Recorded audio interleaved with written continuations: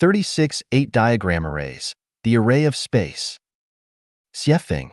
The position and range of movement of material and non-material are referred to as space. Space is divided into positive and negative aspects. The space composed of material is called positive space, and the space composed of non-material is called negative space. When material disappears, positive space also disappears. When non-material disappears, negative space also disappears. Therefore, the universe does not have a fixed size. Its size changes depending on the existence and state of material and non-material. There are 36-dimensional spaces in the universe, and different spaces correspond to different forms and connotations of life. To maintain the symmetrical balance of various levels of life space in the universe, the greatest creator has established a space array, which places each life in a certain space to complete the process of growth and decline in order to maintain the overall symmetrical balance of life in the entire universe. The space array is as first, macroscopically divides space into material space and non-material space. Material space includes the Earth space, human world, where human society is located, the 1,000-year world, the 10,000-year world, and so on. Non-material space includes human dreams, the pure land, and the celestial islands continent.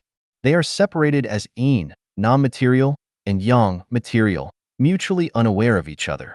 Then, according to the different non-material structures of each life, they are arranged in specific spaces in more than 30-dimensional spaces, making it impossible for them to exceed their own space.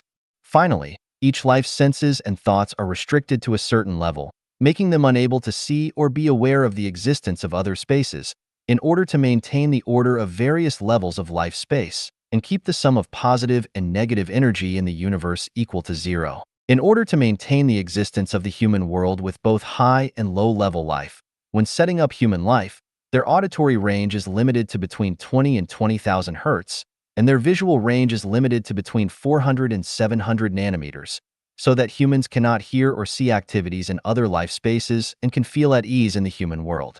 At the same time, human thinking is limited to the range of material, imagery, association, and illusion, making humans unaware that there are other life spaces outside the human world. Space is a kind of limitation. The larger the space for survival, the greater the freedom of life. Prisoners are confined to a few square meters of space. Pigs are confined to pigsties, fish are confined to water, earthworms are confined to soil, eagles are confined to cliffs and the sky, tigers and leopards are confined to mountains and jungles, plants are confined to land, and humans are confined to home, family, country. This is the space array. The space of every life is limited. There are not many lives with unlimited space. Even the life with the greatest freedom in the universe, super celestial beings, is limited to the celestial islands continent. Only the space of deity celestial beings is unrestricted, but when deity celestial beings enter a certain space, they must abide by the restrictions of that space, making it difficult to achieve a high degree of freedom. Compared to humans, chickens, ducks, pigs, sheep, cows, and horses are pitiful because their space is limited relative to humans. Compared to celestials, humans are pitiful because the space they can move in during their lifetime is very limited and difficult to compare with the space where celestials can move. To become a higher level life, humans must escape the activity space that restricts them, just as pigs must escape from the pigsty to become humans. How to escape the space array? First of all, it's a matter of consciousness and thinking.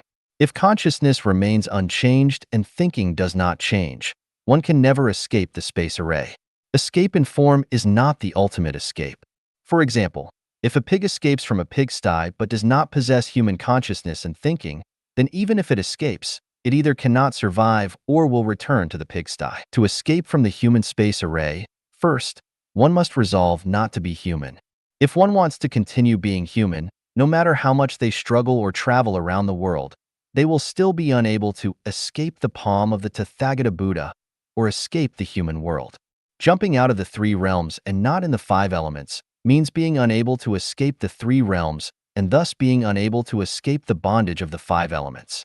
The specific steps should be as follows. First, one must understand life spaces that are better and of higher levels than the human world, such as the 1,000-year world.